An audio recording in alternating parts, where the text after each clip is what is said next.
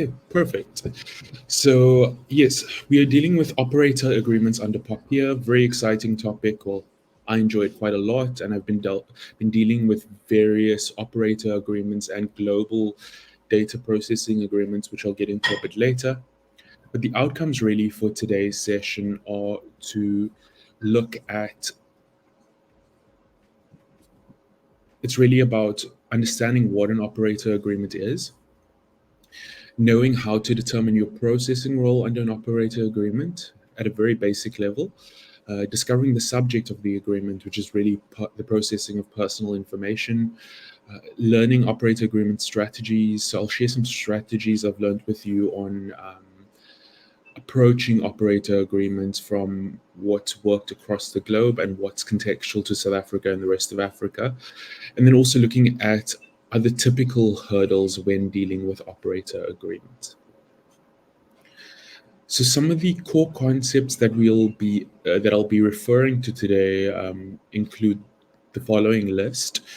Now, what's crucial to understand over here is that although in South Africa we refer to these agreements as operator agreements, because that's the terminology that the information regulator uses. Globally, or in the rest of Africa and across the globe, it's typically known as a data processing agreement or data processing addendum. Also, in South Africa, we refer to personal information, which deals with any information that could identify a person, whether a natural or juristic person. Globally, it's known as personal data, but it usually excludes juristic persons. Then when I refer to the word processing, I mean anything being done to personal information. So it could be deleted, it could be shared, it could be transferred. Any action done to personal information is known as processing. Then we have the responsible party, and the responsible party is the person who decides the purpose and means for processing personal information. So why personal information is being processed and how it is being done so. Operators sometimes can decide that as well, but we'll get into that a bit later. And then we have operators, which is really the title or adds its name to this agreement. And the operator is someone who processes personal information on behalf of a responsible party. So there is an authorization element over there and an element of following instructions.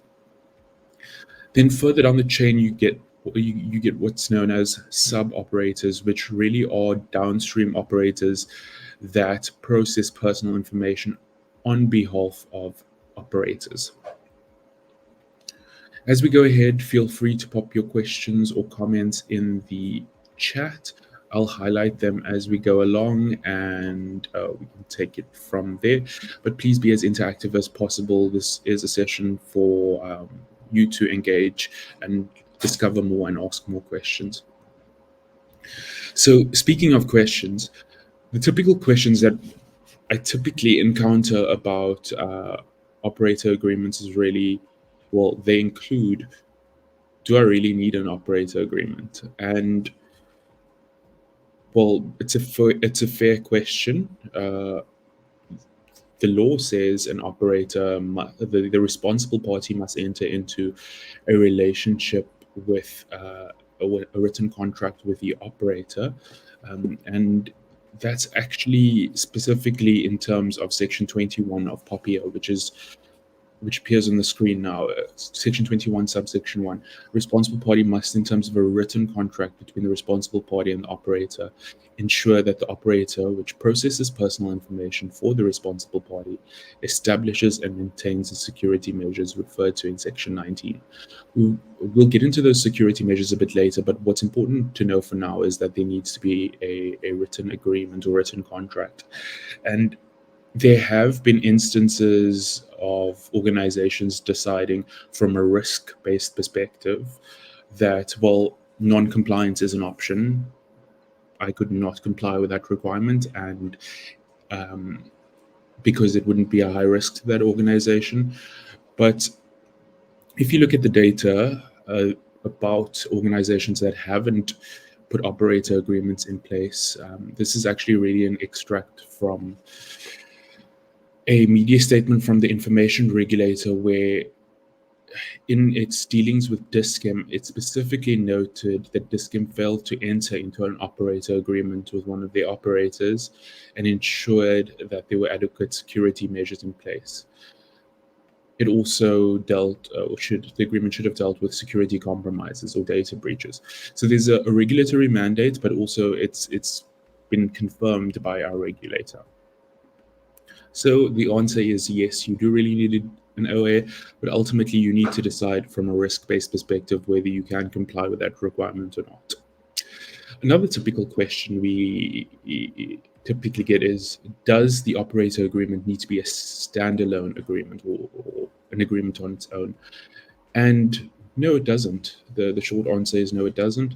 It really can be an attachment to your existing goods, products, or services agreement, your commercial agreement, or your legal agreements. And it could be attachment in the form of an appendix, an addendum to that main or principal agreement. It could also be a clause in a principal agreement, but the principal agreement mustn't undermine the terms or clauses that specifically deal with data processing, and it should also then clarify to what extent personal data is, or personal information is, distinguishable from other types of information. And then obviously, lastly, it could be a standalone agreement if that's what you prefer.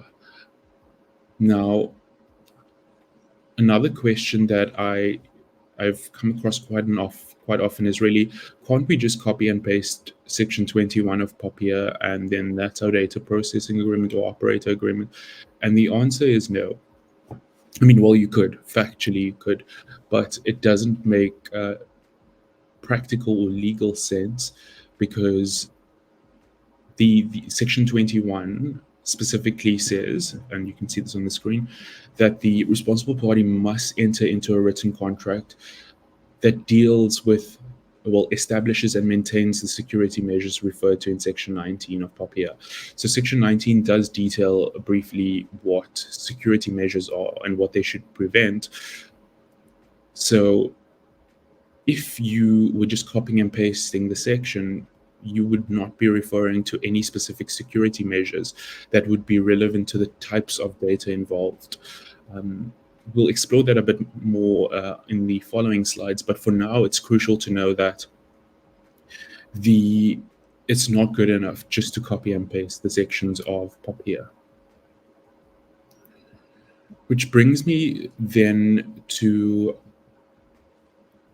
the next important part of operator agreements, and that's really knowing the information, or knowing the personal information that's the subject of the agreement.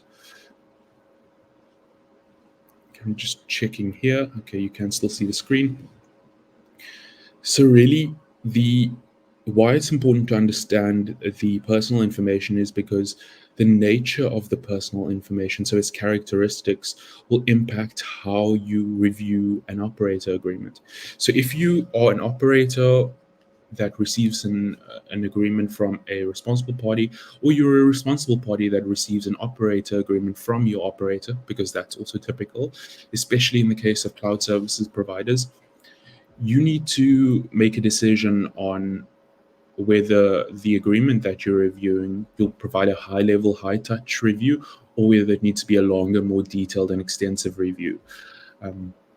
I know in-house counsel who typically have to review on average about 4 to 5 operator agreements per day. And bearing in mind, these are enterprise organizations, but the fact is that the types of information will usually indicate the level of review that they'll conduct and whether they can review it at all. So the first consideration is really the type of information, the type of personal information. Who is the information about? Is it about employees, customers, suppliers, etc.? Then how much information will be subject, how much personal information will be subject to the DPA or operator agreement? Would it be large volumes of information or very little information? And what is the level of risk associated with that type of information? Because it could be very little information, but for example, it could be sensitive biometric details of employees. So, although the information may be not as voluminous, it could still be risky. And so, how much information can be an indicator of the extent of your review of the DPA, but it shouldn't be considered in isolation. Then another consideration is how critical is the information to how your organization functions and its continuity? How fundamental is it to how you work? Because if it's more fundamental to how you work, you would need to spend more time reviewing who it goes to, how it gets handled, and the security measures you put in place. The criticality may also require you to consider the information in line with your company's or your organization's business continuity policy, plans, and procedures, because data has become a core asset of organizations that is subject to business continuity policies and procedures.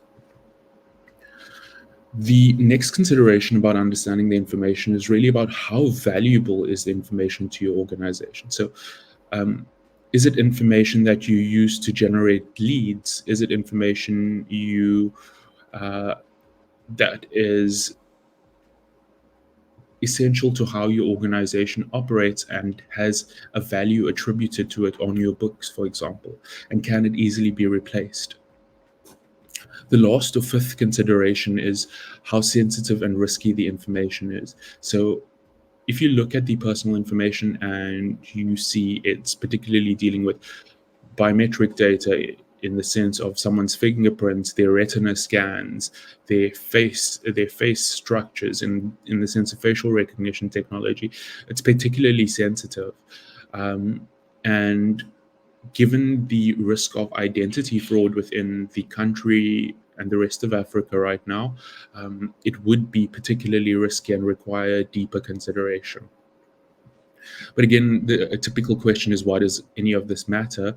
And that's really because in the yeah, I've reviewed so many operator agreements where it just actually captures the purpose of processing the information, which is we're processing personal information to provide services to you, but not many that actually deal with the types of information being shared and the purposes.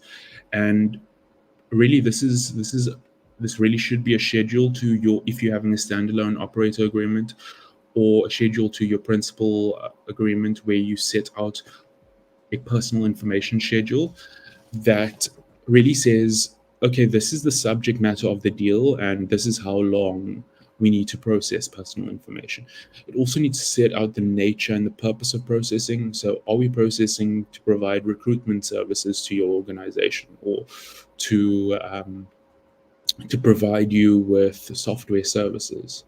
You'd also include the types of personal information, and this would be like name, surname, email, identification number, biometric data, um, health data. And then you would proceed to also define the categories of data subjects. So, are they employees? Are they customers? Are they vendors? Are they children?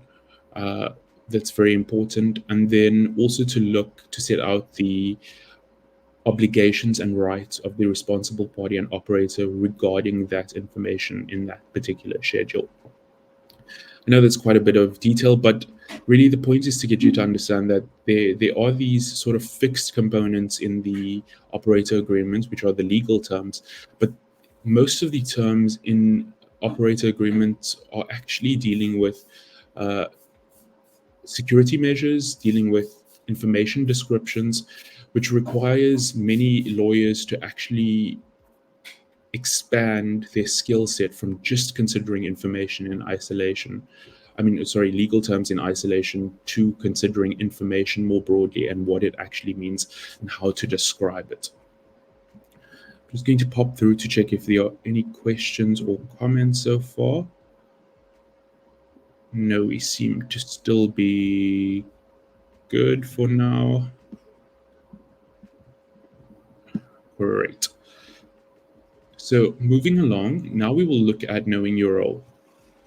And I'm not going to get into this in too much detail because this could be a whole session on its own. But it's vital to know your role because your role influences your obligations under POPIA and, well, I'd rather say POPIA and its regulations or data protection law in South Africa.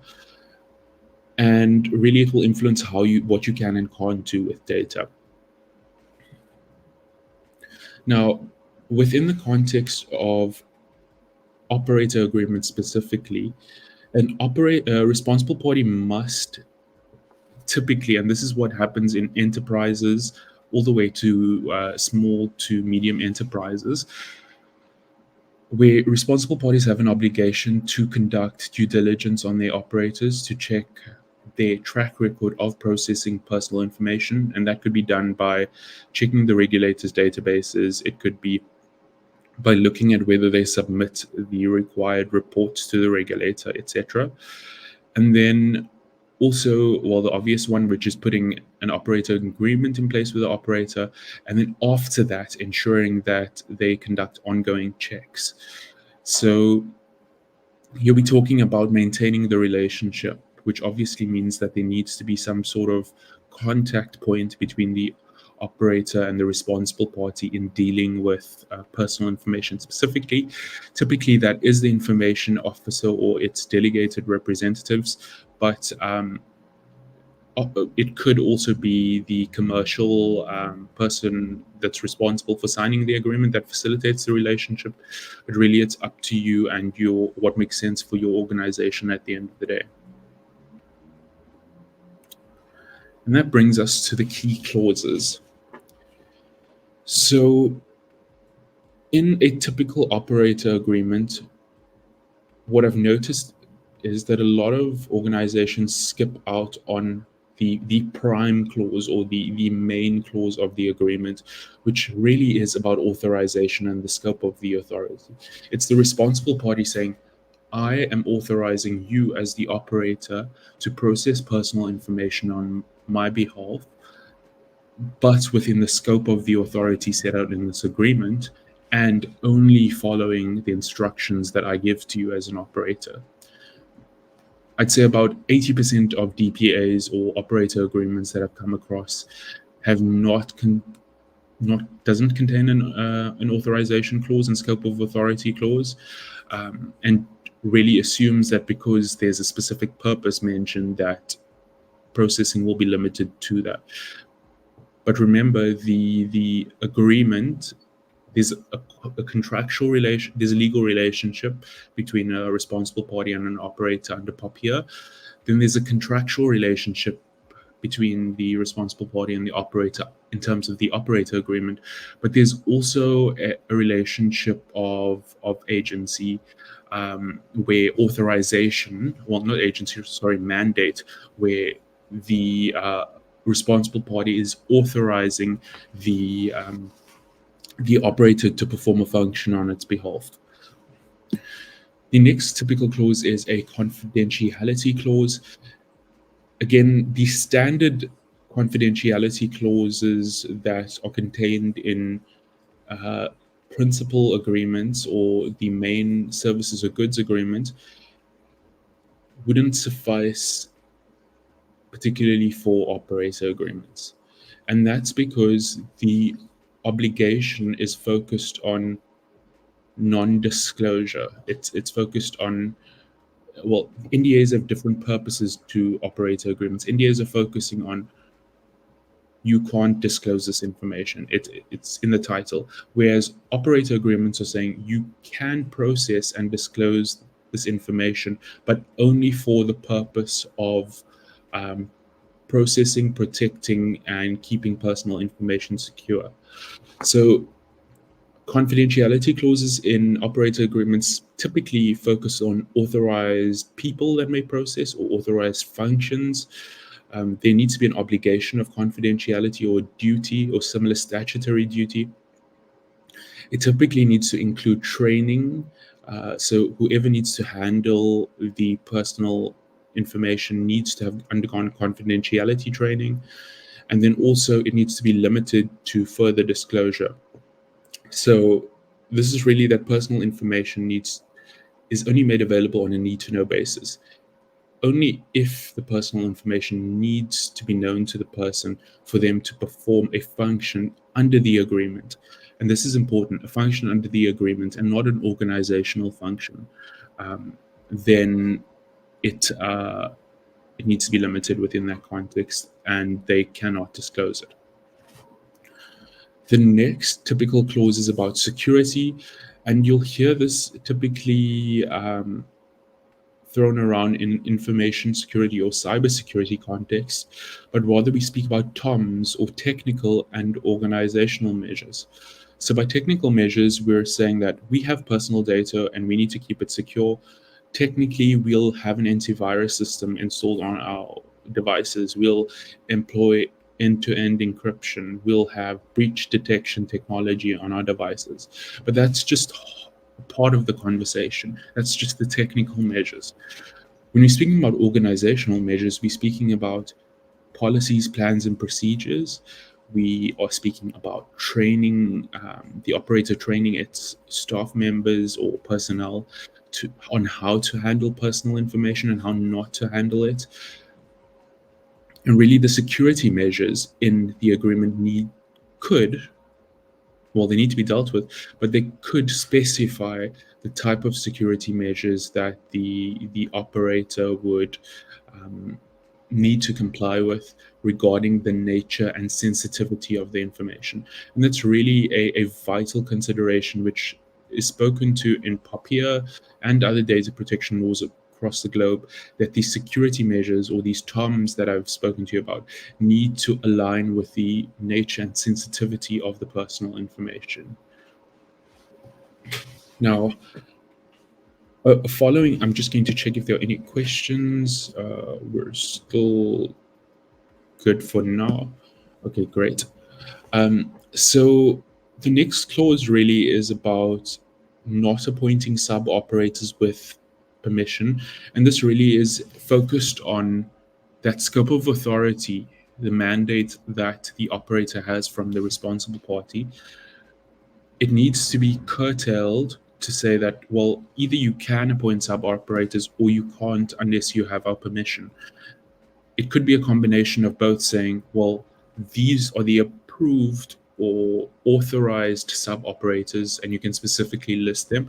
So if you're an organization that's providing services and you use Gmail and use AWS to store your data, for example, and that's typically involved in most of your customer transactions, then you would probably list those as approved or authorized sub operators.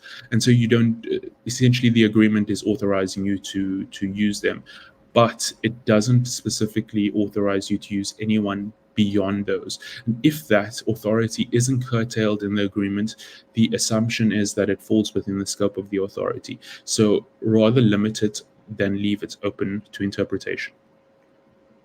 Perfect. Now we'll be looking at assisting with the responsible parties' obligations, including DPIAs and meeting with the regulators. This is a clause that, again, isn't often the subject of operator agreements, but should be. And that's really that part of the relationship between a responsible party and an operator requires cooperation. Cooperation with investigations into breaches, cooperation with investigations into privacy impact assessments, to determining whether a responsible party is complying with their obligations under POPIA. Those responsibilities need to be listed and set out. And as we'll deal with a bit later, we also need to look at who the costs for that get attributed to. Related to assistance, it also includes breach management and notification. So this would be notification of security compromises, when you need to notify, how you need to notify, whom you need to notify, the channel through which you need to notify, etc. And then lastly would be records management and retention, which is also often overlooked in operator agreements, but really it's that for a responsible party, they typically need to be able to demonstrate to the information regulator that they've complied with POPIA if they're investigated. And in doing so, all the operators need to be able to account to them on how they've processed personal information, which indirectly means that operators need to have a record of their processing activities, a ROPA, and also logs of what happens with personal information, where it goes to, how they retain it, what their deletion processes are there anonymization or pseudonymization techniques that they apply. Are they allowed to use artificial intelligence to process that personal information? So that would typically cover the records management and retention over there. So for the next part of it, we are going to consider how to strategize in dealing with operator agreements. And this typically is in the case of where you receive you receive many operator agreements, and the volume is so much that you need to figure out a way to triage those agreements and get a team to support you. First question I typically ask is, who owns the operator agreement? So who in your organization owns the operator agreement? Now you would think that it would be with the legal team or information or privacy office, but that may not necessarily be the case. And that's really from a commercial perspective and what makes sense for the organization. It may be the IT department who owns it.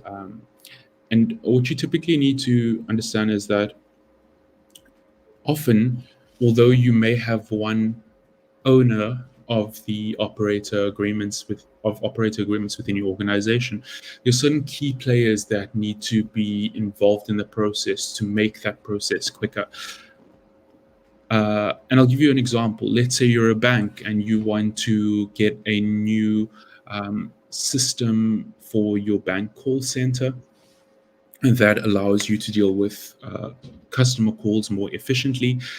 And the types of data involved are highly technical, and the way the system operates, let's say it's an Oracle system, how it operates is pretty technical.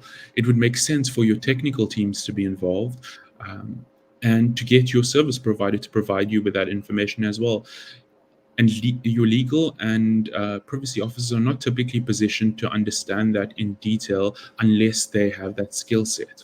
So this needs to be mapped out. And what I've helped organizations with before is creating a standard DPA template that they use, or operator agreement template, combined with a playbook that sets out the different risk points, what you can negotiate, what you can't, who needs to be involved, and that typically helps them with their contract management in this context.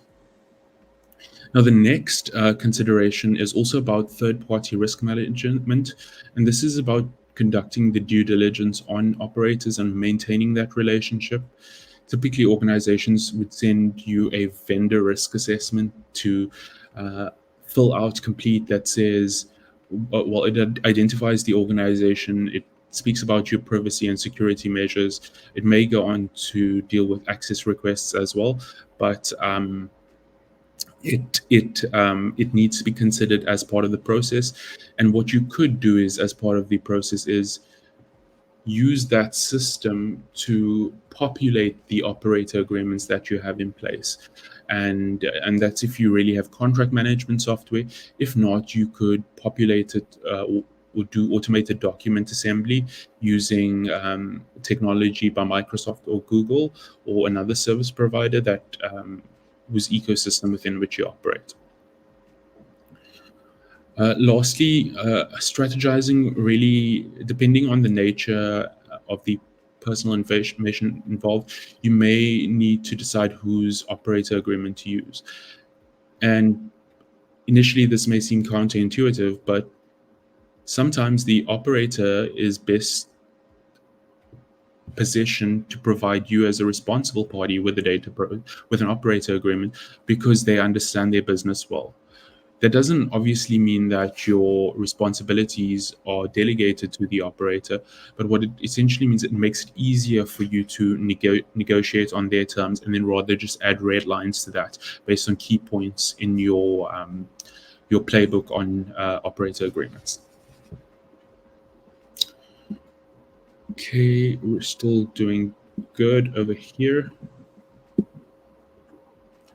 So the last section that I really want to deal with you is the hurdles that organizations in South Africa, the rest of Africa, and across the globe typically encounter in dealing with operator agreements. And these hurdles, they have solutions, but the solutions typically need to be customized to your organization's specific needs. So a hurdle is power dynamics. So if you are going to be contracting with a cloud services provider like AWS or Microsoft or Google Cloud Platform, it's very unlikely that you'll be able to negotiate the operator agreement. And often the agreements are set to an international level aligned with GDPR. And so ultimately, your technique over there would be to risk rate the level of risk associated with that particular transaction, particularly because, well, you can't essentially provide authorization or written instructions to them if there is no effective bargaining or negotiating power in that context. So it's a bit of a gray area in data protection law right now, but it is being managed through effective risk ratings. The next is filling in data and Tom's schedules. So most in-house legal teams and privacy teams struggle with or have the hurdle of filling in schedules, multiple schedules, where, and this is particularly from an operator's perspective, but also from a responsible party's perspective, where they need to look at the transaction, understand what personal information is involved, understand where it's going, understand where it's sourced from, understanding whether they're linked to particular lawful bases, and also these corresponding security measures, such as, does the company need a CCTV footage? Do they need CCTV footage in place? Do they need encryption?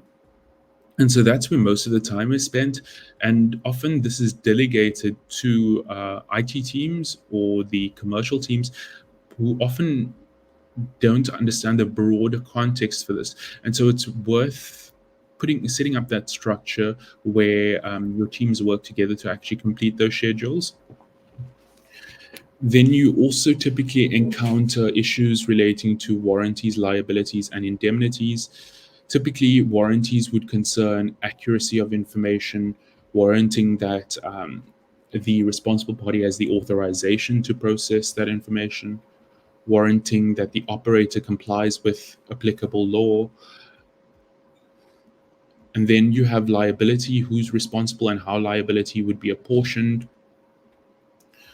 And lastly, the indemnities, which I've found pretty problematic within a South African context, where most organizations are requesting unlimited liability or unlimited indemnities rather, where unlimited liability and unlimited indemnities for data protection breaches.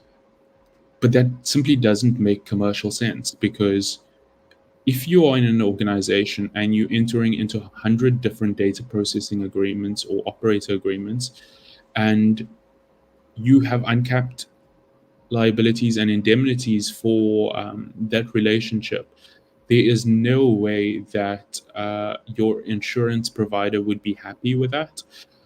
There's no way your insurance would cover all of those transactions, and doesn't actually make commercial sense as well, because think about it this way. If a deal that you're entering into with a customer is worth 5 million rand per year, but the liability and sensitivity of the information exposure is potentially an exposure to 30 million rand a year, it will really discourage business from continuing between those parties. And so what I prefer to recommend is that there is either a cap or a super cap. So a cap would be limited to the amount of fees paid, or limited to the amount of fees paid times 3, or limited to a fixed amount, or limited to the insurance value. Those are typical strategies that could curtail those limits of liability and indemnities, but really it would depend on what makes commercial sense for the organization at the end of the day. Audits may also be a hurdle, and that's really where a responsible party would audit an operator to determine whether it complies with the agreement and applicable data protection law. It's complex because although there's typically an obligation for the operator to keep personal information separate from other operators' personal information, if a responsible party needs to audit that system or point to a third-party auditor to audit that system, they may incidentally have access to other data subjects' personal information.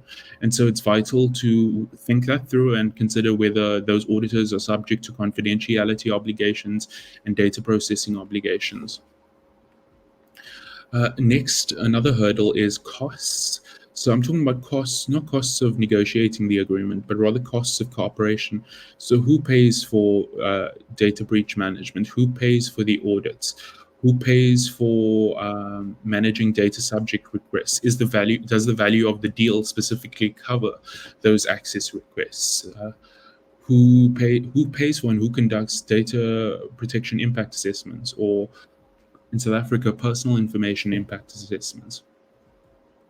Who bears the costs of investigating security compromises? So not only establishing that a security compromise has materialized, but also the investigation, the reporting on the costs of, for example, hiring a call center to deal with calls related to a large-scale data breach. All of those need to be considered as part of the DPA. Then also chains and control needs to be considered. So here what I'm referring to is if you have a responsible party and the responsible party authorizes an operator, that operator may also authorize further downstream sub-operators, right? So in that context, with whom does control lie and how is responsibility meted out to the different parties? That full picture needs to be understood. And then I've mentioned about cloud services providers, so I'm not going to deal with that again. But lastly, there's also cross-border transfers or international data transfers. So cross-border data transfers will typically be within the continent or within the region, so the SADC region or the rest of Africa, whereas international data transfers would be intercontinental. And so the question really that comes up is, should